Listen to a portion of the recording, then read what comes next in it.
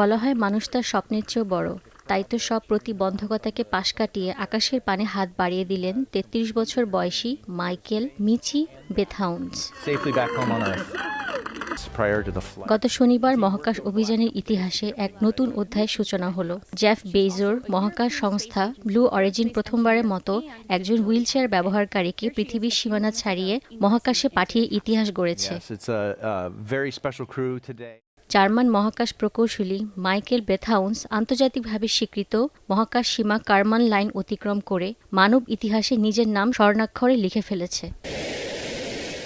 এটি new শিপার্ডের ৩৬তম flight ও ১৬তম মানববাহী mission. এর আগে ১৮ ডিসেম্বর উৎক্ষেপণের পরিকল্পনা থাকলেও প্রযুক্তিগত ত্রুটি ও প্রবল বাতাসের কারণে তা পিছিয়ে যায়। পরবর্তীতে ২০ ডিসেম্বর স্থানীয় সময় সকাল ৮টা ১৫ যুক্তরাষ্ট্রের টেক্সাস থেকে নিউ শিপার্ড রকেটটি সফলভাবে উৎক্ষেপণ করা হয়। এই পুরোটুকু মিশন সম্পন্ন হয় ১১ মিনিটে।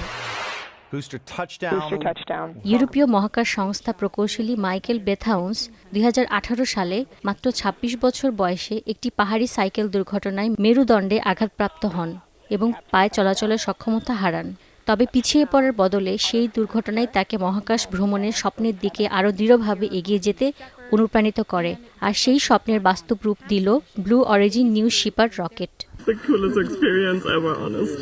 আমি মনে করি স্বপ্ন পূরণে কখনোই হাল ছাড়তে নেই। অনেক সময় স্বপ্ন পূরণের সম্ভাবনা খুব কম থাকে, কিন্তু আমি ভীষণ ভাগ্যবান। ব্লু অরিজিন এবং হ্যান্স সহ সবাই এই যাত্রায় সম্মতি দিয়েছেন।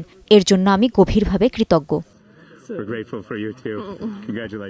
এই ঐতিহাসিক অভিযানে আবারও প্রমাণ হলো অদম্য ইচ্ছাশক্তি থাকলে সীমাবদ্ধতাও একদিন মহাকাশের মতোই জয় করা যায়। রাহনুমা নূর, স্টার নিউজ।